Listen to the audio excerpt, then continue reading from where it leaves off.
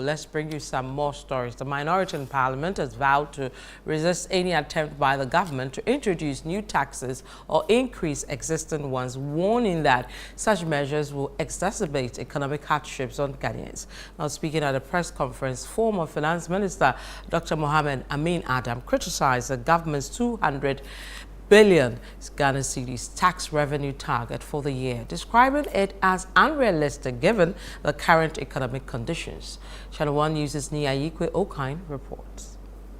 Following the presentation of the State of the Nation address by President Mahama to Parliament, the Minority Caucus on Monday engaged journalists on what they describe as the true State of the Nation address. Now, the caucus, led by former Finance Minister and MP for Karaga, Dr. Mohammed Amin Adam, disclosed that the government seeks to introduce new taxes that seeks to accrue about 200 billion Ghana cedis in the 2025 budget to make up for the shortfall of the removal of the e-levy and betting tax. This, the caucus says, it will resist. Does it make sense to scrap e-levy and betting tax and replace them with new taxes on the telecommunication industry?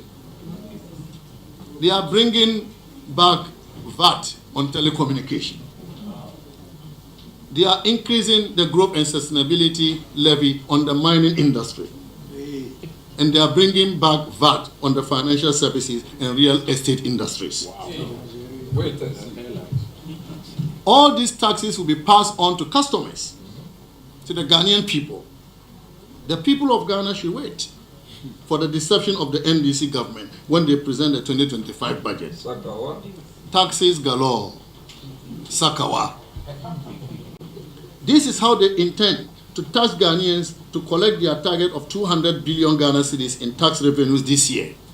Ladies and gentlemen, we, the mighty minority, will join the people of Ghana to resist any attempt to smuggle in new taxes or increase existing taxes. The group also denied assertion by the president that the erratic power supply, also known as DUMSO, was fixed in his first tenure. They called on the government to publish a load-shedding timetable to mitigate the impact of the re-emergence of the power challenges. Mr. President, you did not fix DUMSO as you claimed in your address. What? Your record on DUMSO is abysmal, unlike your predecessor, Nana Addo Dankwa Akufo-Addo, who kept the lights on. Yeah. As we are back to DUMSO in another Mahama term, Ghanaians remember with fear and anxiety the potential devastation this could cause for them and their businesses, especially small businesses like hair salons, welders, dressmakers, and many more who earn their daily bread from these vocations. To ameliorate the impact of these erratic power challenges, we, the mighty minority, call on the government to publish a load-shedding timetable today to help people and businesses plan effectively.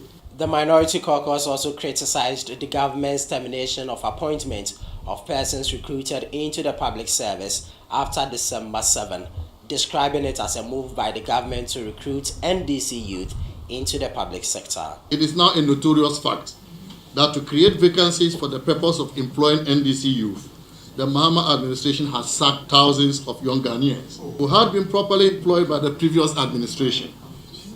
The termination of the jobs of young Ghanaians, which has become synonymous with Mr. President Mahama, who we now prefer to call Terminator 1, is a sign of what is yet to come. Sacking people from employment and replacing them later with others does not amount to job creation. What the people of Ghana want are new jobs for those yet to be employed. The Minority Caucus bemoans that President Mahama's failure to disclose the true state of the nation is driving away investors. Reporting for ChannelOne News from Parliament, Ayikwe Okine.